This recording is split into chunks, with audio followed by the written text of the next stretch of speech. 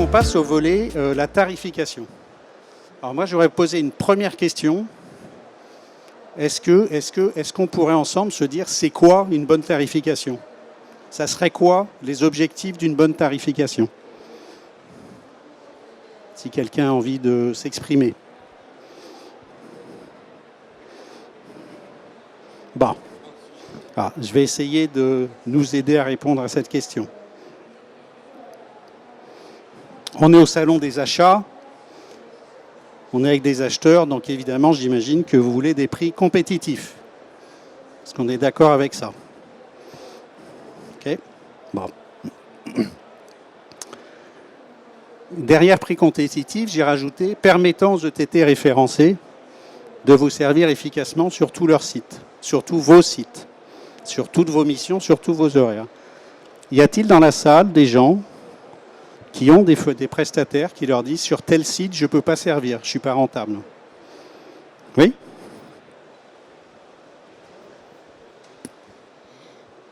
Question fermée, réponse fermée, oui. Effectivement.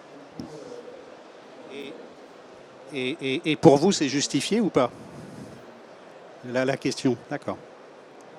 Donc, bah oui, quand on travaille avec des coefficients, il peut y avoir beaucoup de cas.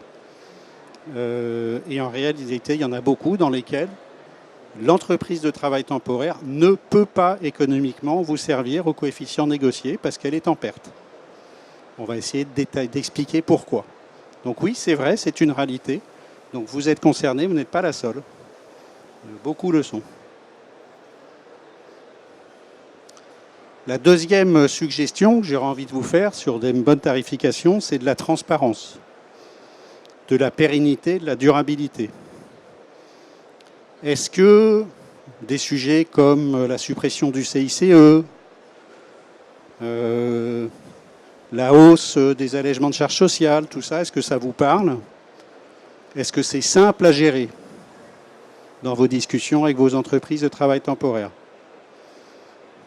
Bon, je pense que poser la question, c'est répondre. Le sujet, c'est ça vous prend un temps fou. Vous êtes dans la non-transparence la plus complète, parce que, évidemment, et c'est logique, le jeu du fournisseur, c'est de pas tout expliquer. Et puis, à chaque fois que la réglementation change, c'est-à-dire très très souvent, eh ben, il faut se demander, mais au fait, c'est quoi l'impact sur les coefficients et les RFA, etc., etc., etc. Donc on n'en finit plus. Et à la fin, est-ce qu'on a bien ou pas bien acheté? Alors à une époque, on faisait aussi des formations aux achats de travail temporaire. Et j'avais un slide qui plaisait beaucoup. Le titre, c'était « En 10 ans, les baisses de coefficients que les acheteurs ont cru obtenir en négociant bien, en fait, ont été payées par le contribuable. » Dans les années 2000, vous avez fait de grosses baisses de coefficients. Beaucoup d'entre vous ne se sont pas forcément aperçus qu'en fait, c'était juste permis par les allègements de charges sociales. Et beaucoup d'entreprises que j'ai eu l'occasion d'auditer ont constaté qu'en fait, elles avaient certes, les coefficients avaient baissé, mais en fait moins que les hausses d'allègement. Ce qui pose d'autres questions sur c'est quoi la performance d'un acheteur en matière d'intérim. Parce que si les charges augmentent, ce n'est pas illégitime que les coefficients augmentent, ce n'est pas pour autant que l'acheteur a été mauvais. Et si les charges baissent, les charges sociales, et tout compris, baissent, c'est assez légitime que les coefficients baissent, mais ce n'est pas pour autant que l'acheteur, pour le coup, a été performant. Ce n'est pas le sujet là, mais ça fait partie des questions non négligeables. Troisième volet, on a peut-être envie qu'en phase de prix, on puisse définir des engagements qualitatifs qui puissent être tenus. Et puis peut-être, on a envie de dire, on signe et oui, on vous ouvre des contrats cadres. Le but du jeu, c'est que vous fassiez beaucoup de business chez moi. Est-ce que vous êtes en capacité de le garantir, de l'assurer à vos prestataires ou pas? Quand on se pose toutes ces questions-là, alors vous avez peut-être d'autres idées sur qu'est-ce qu'on aurait envie en plus d'une tarification efficace? Non?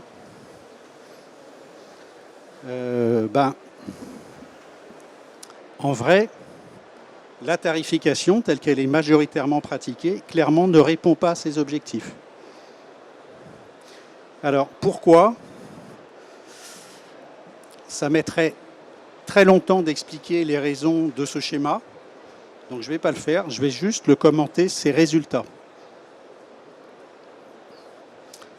Ici, j'ai la référence au SMIC et je parle du taux horaire complet, c'est-à-dire il inclut les heures supplémentaires, il inclut les primes. En revanche, il n'inclut pas les indemnités de fin de mission et compensatrices de congés payés. Vous voyez qu'on va de 1 à 1,33 SMIC. Ici, j'ai le taux d'allègement sur le salaire brut de l'intérimaire. Vous voyez, quand je suis au SMIC, je suis à peu près à 16%. Et nous serons, vous serez à un petit peu moins de 20% au 1er octobre 2019, si la hausse des allègements prévus n'est pas modifiée d'ici là. Quand on arrive à 1,33 SMIC, c'est zéro. Et souvent, vos contrats cadres, ils sont basés sur des coefficients par catégorie.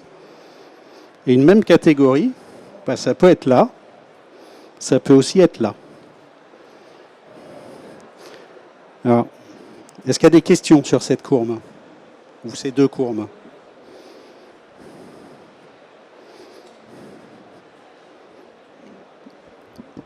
Alors, conséquence, ça c'est quelques exemples.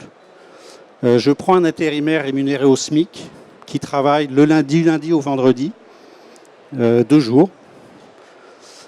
Il va générer à peu près, sur la base d'un coefficient 1,8, supposons, les allègements que va percevoir l'agence de travail temporaire au titre de la paye qu'elle fait pour cet intérimaire.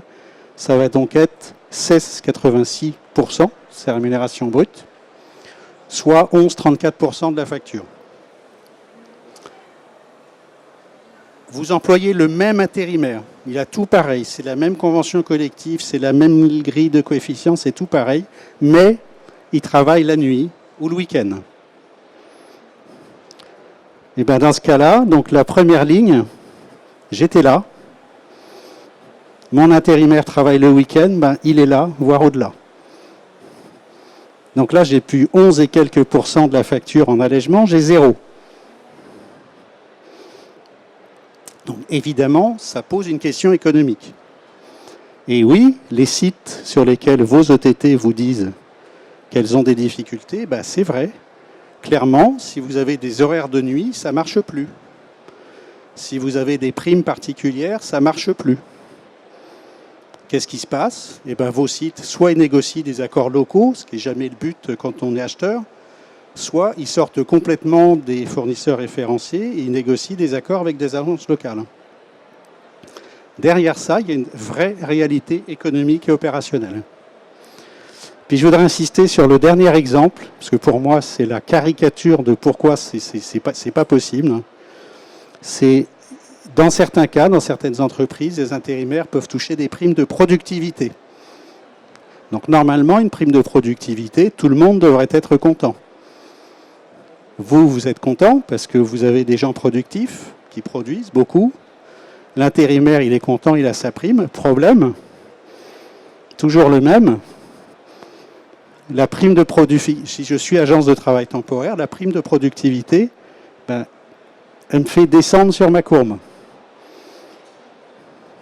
Donc c'est une merveilleuse incitation économique. Vous incitez vos agences de travail temporaire, dans ces cas-là, à vous déléguer des intérimaires qui travailleront surtout pas trop. Simplement parce que s'ils travaillent bien, ils auront des primes de productivité et sa marge va être plombée.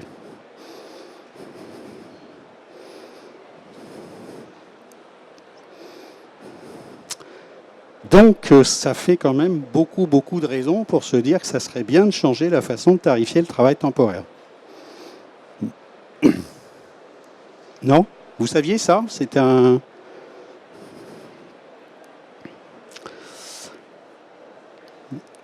Alors si je reprends, une fois que j'ai dit tout ça, non, la compétitivité globale, je ne l'ai pas.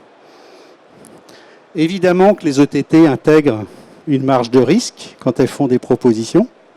Je vais être très très caricatural. J'avais des grilles de coefficients, c'était mes contrats cadres. Je veux les renégocier, j'envoie ces grilles à des entreprises de travail temporaire et je leur dis faites-moi les meilleurs coefficients. Alors là, il y a à peu près 2 catégories d'entreprises de travail temporaire. Il y a celles qui travaillent avec vous, elles vous connaissent. Elles savent les rémunérations, elles savent s'il y a des horaires de nuit, de jour, de week-end, tout ça, elles savent. Donc elles connaissent à peu près leur prix de revient. Je dis bien à peu près, pas dans le détail, puisqu'il peut y avoir énormément de variations si vous avez beaucoup de sites. Mettons-nous quelques instants à la place de l'entreprise de travail temporaire. Vous dites, tiens, je vais ouvrir mon marché, je vais consulter des gens avec qui je ne travaille pas aujourd'hui. Et vous leur dites, remplissez-moi ma grille de coefficients. Ah, problème, elle ne sait pas où on en est sur la courbe chez vous. Comment elle fait ? Elle ne peut pas. La réponse est très très simple. Elle ne peut pas vous faire des propositions sérieuses. Quand on ne sait pas à 10% près son prix de revient, c'est impossible. Donc, qu'est-ce qu'elle fait ? Elle ne prend pas de risque. Et vous vous dites, je suis content parce que je travaille, finalement les fournisseurs avec lesquels je travaillais tout le temps, c'est les meilleurs coefficients. OK. Ou elle prend un risque, elle va vous faire des coefficients attractifs, puis elle va faire une mission, 2 missions, puis elle va faire ses comptes, elle va dire, attendez, je perds tout ce que je veux chez ce client, donc j'arrête. Donc à la fin, tout le monde a perdu. Donc ça ne marche pas. Deuxième chose, il faut renégocier tout le temps. On passe sa vie à se dire, mais au fait, c'est quoi ? Et on régularise, et comme tout ça met longtemps, je ne sais pas si vous avez tous déjà, quand j'écoute, quand je vous regarde, probablement la réponse est non. Est-ce que l'impact de la suppression des CICE a été pris en compte ou pas ? Est-ce qu'il est négocié ? Est-ce qu'il est clarifié ?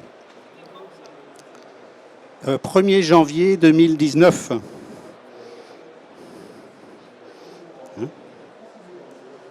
Mais il y a au moins une fois par an des changements. C'est les taux qui changent, il y a des taux de charge, c'est permanent en fait.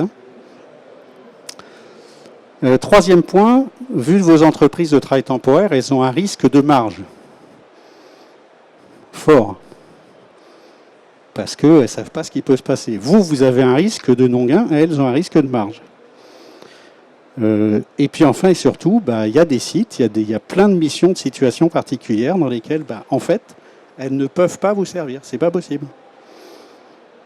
Ou elles le font en perdant de l'argent, ce qui n'est pas une situation saine et durable.